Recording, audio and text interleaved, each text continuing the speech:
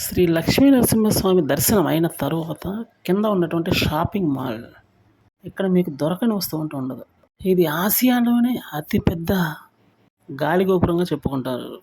130 అడుగుల అత్యంత ఎత్తైనటువంటి గాలి గోపురం. ఒక మంగళగిరిలోనే ఇది ఉండటం అనేది విశేషంగా చెప్పుకోవాల్సి ఉంటుంది. ఈ మధ్య పెయింటింగ్స్ వేసి చాలా కొత్తగా తయారు చేశారు. చాలా ఎత్తైనటువంటి గాలి గోపురం ఇది. ఇది పాతదైనటువంటి గాలి గోపురంగా చెప్పుకోవచ్చు. ఇది కూడా అత్యంత ఎత్తైనటువంటిది. ఒకసారి పైనుంచి గాని చూస్తే మనకి ఎంత అద్భుతంగా కనిపిస్తుందో. ఇటువంటి గాలి గోపురాలు ఆసియాలోనే ఉన్నటువంటి అతిపెద్ద గాలి గోపురాల్లో ఇదొకటి. అంత ఎత్తైనటువంటి గాలి గోపురాలు ఇక్కడే ఉంటాయి. చూసినట్టయితే మనకి ఆశ్చర్యం వేయక మానదు. ఇక్కడ ఉన్నటువంటి అమ్మవారి విగ్రహం ఇది. ఉత్సవ విగ్రహం టెంపుల్‌లోకెళ్ళి బయటకొచ్చేటప్పుడు గరుత్మంతుల స్వామివారిని అయితే మనం ఇక్కడ చూడొచ్చనమాట.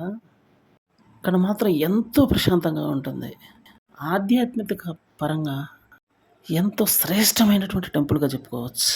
విశాలమైనటువంటి ప్రాంగణంలో స్వామివారిని దర్శించుకోవడం అనేది ఒక మహా అద్భుతంగా చెప్పుకోవచ్చు. టెంపుల్‌లోకి వెళ్ళటంతోనే మన మైండ్‌లో ఉన్నటువంటి చిల్లర ఆలోచనలు ఒక్కసారిగా పోతాయి. No doubt. అంత అద్భుతమైనటువంటి ప్రశాంతతనిస్తుంది ఇది మాత్రం. రాజుల కాలంలో ఉండేటువంటి సభా వేదిక ఇది.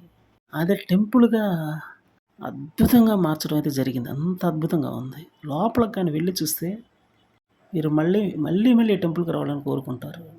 ఇక్కడ చూస్తే ప్రతి ఒక్కళ్ళు కూడా స్వామివారిని దర్శించుకొని రావడానికి ఎక్కువ మొగ్గు చూపుతారు. ఇప్పుడైతే టైం కరెక్ట్‌గా 12:30 అయింది. ఇప్పుడైతే గుడి క్లోజ్ చేసే టైం అనమాట.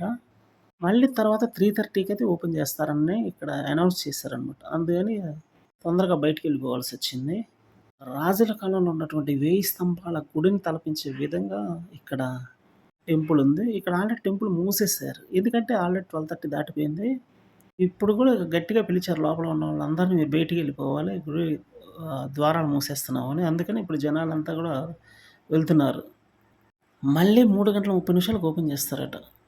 వాళ్ళు ఇక ఉన్నోళ్ళందరూ కూడా బయటికెళ్ళాల్సినటువంటి పరిస్థితి.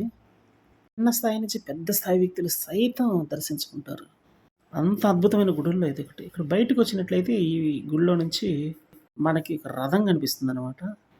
దాని తర్వాత ఇటు పక్కన ఇక పూర్తి స్థాయి టోటల్‌గా గాలి గోపురం అయితే మంగళగిరిలో ఉన్నటువంటి అద్భుతమైన గాలి గోపురంగా చెప్పుకోవచ్చు. ఇక తర్వాత మనం మామూలు ఈ రూట్‌లో నుంచి కొంచెం దూరం నడుచుకుంటూ వెళ్తే మనం ఖచ్చితంగా డైరెక్ట్‌గా మెయిన్ రోడ్డుకెళ్ళిపోతామనమాట. అక్కడి నుంచి మనకు బసెస్ కొంచెం ముందుకెళ్తే బస్ స్టేషన్ వచ్చేస్తుంది. అంటే మంగళగిరి బస్ స్టేషన్ అని ఒకటి ఉంటుందనమాట. అక్కడైతే మీకు ఈజీగా క్యాచ్ చేసేసి ప్రదేశాలకెళ్ళిపోవచ్చు.